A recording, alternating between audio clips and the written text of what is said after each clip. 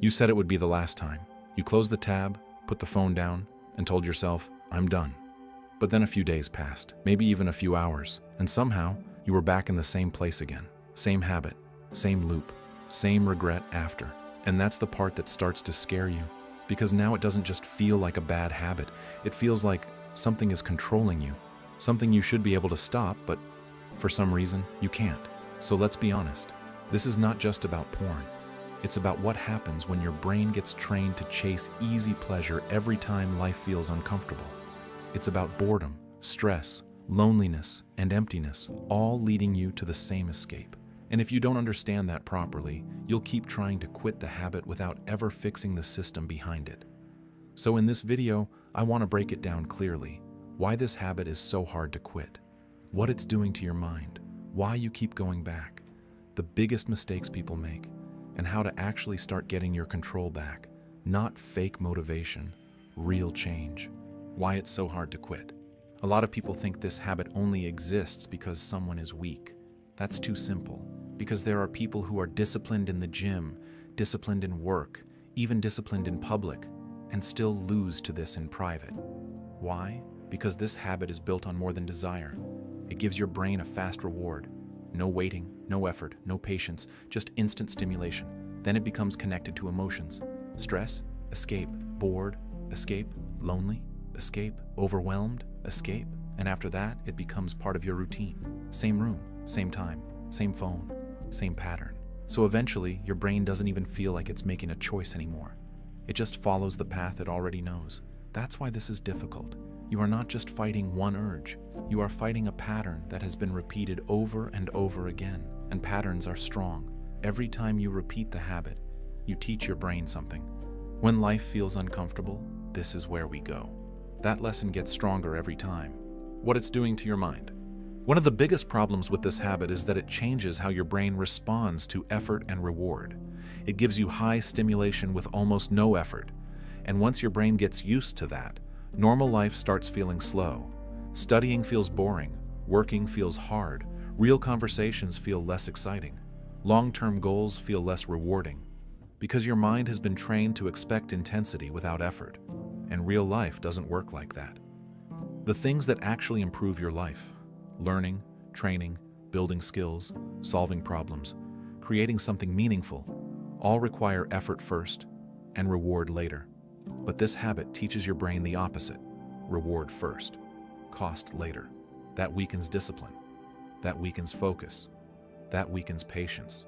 And there's another layer to this. A lot of people don't keep going back because they are always chasing pleasure. Sometimes they go back because they are trying to escape pain, stress, frustration, rejection, loneliness, emptiness. Instead of dealing with those feelings, they use the habit to temporarily avoid them. That's when the problem gets deeper. Because now it's not just a habit, it becomes your coping mechanism. And once your brain depends on something to feel okay, letting go becomes much harder. Why you keep going back? Most relapses are not random.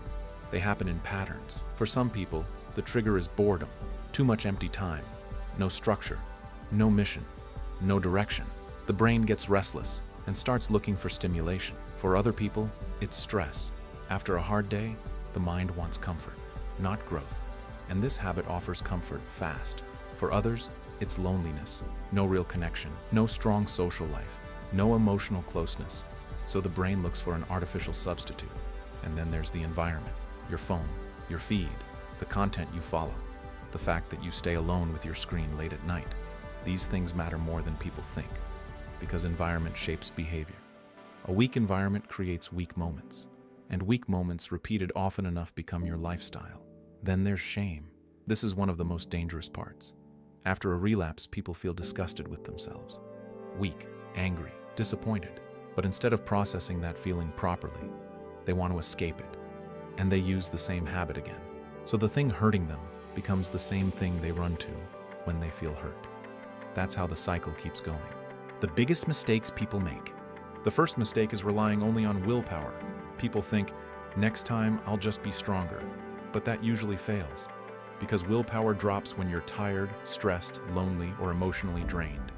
So if your whole strategy is just to fight harder, you don't really have a strategy. The second mistake is trying to quit perfectly. One bad moment happens, and suddenly they think everything is ruined. Then they give up completely. But one mistake is not the same as total failure. A relapse is bad, yes, but turning one relapse into a full week of destruction is even worse.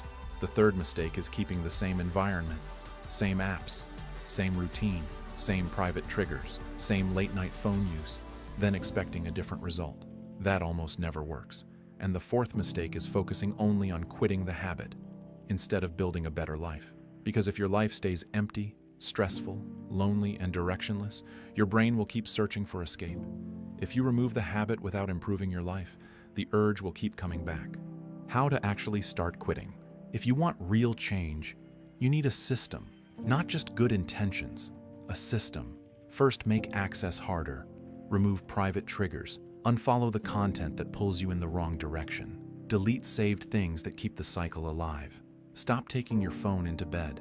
Put distance between you and the habit. That matters, because many bad decisions happen late at night when you are tired, alone, and one click away from the same pattern. Second, structure your day. A chaotic life creates empty gaps, and empty gaps often get filled with cheap stimulation.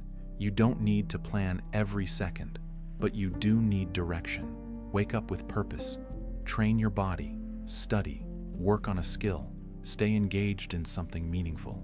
Boredom with no direction is dangerous. Third, replace the habit. Your brain hates empty space. If you remove a strong source of stimulation and give your mind nothing in return, it will try to go back. So give it better rewards. Exercise, reading, learning, working on a goal, building yourself. These are not random good habits. They are replacements. They teach your brain that reward can come from better places. Fourth, learn your triggers. Notice when the urge hits. Is it late at night? After stress? After scrolling? When you feel rejected? When you feel alone? Because once you can see the pattern clearly, you can interrupt it earlier. And that is powerful. How to handle urges and relapse. When an urge hits, most people panic. They think they must destroy it immediately. But the truth is, an urge is not permanent. It rises, peaks, and falls. It feels powerful in the moment, but it does not last forever. So instead of reacting instantly, pause, notice it, name it. Tell yourself, this is an urge, it will pass.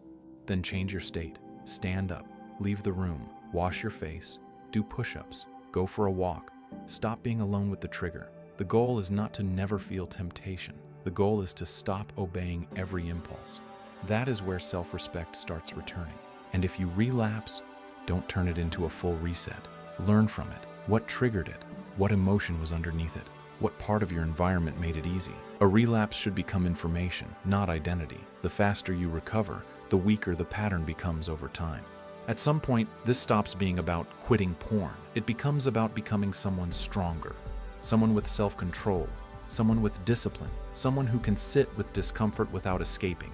Because the deepest damage of this habit is not only what it does in the moment, it's what it does to your self-trust. Every time you say, I'm done, and then break your own word, your self-respect gets weaker, and that affects everything. Confidence, discipline, momentum, the way you see yourself. So yes, quitting matters. But the bigger goal is this, to become the kind of person who doesn't need cheap escapes to survive life. A man who can face stress without collapsing.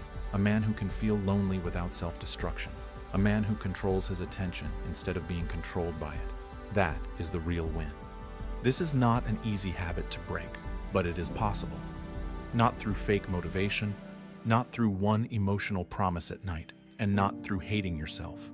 You change by building a better system, a cleaner environment, a stronger routine, better coping habits, more awareness, more self-respect. You do not need to become perfect overnight. You just need to stop feeding the pattern and start building a better one. Because every day you are training your mind, either to chase comfort or to choose control. And those small decisions do not stay small forever. They become habits. Habits become identity. Identity becomes life. So start today, not perfectly, but properly. And if you want more videos like this, deeper, practical, and focused on real self-improvement, subscribe.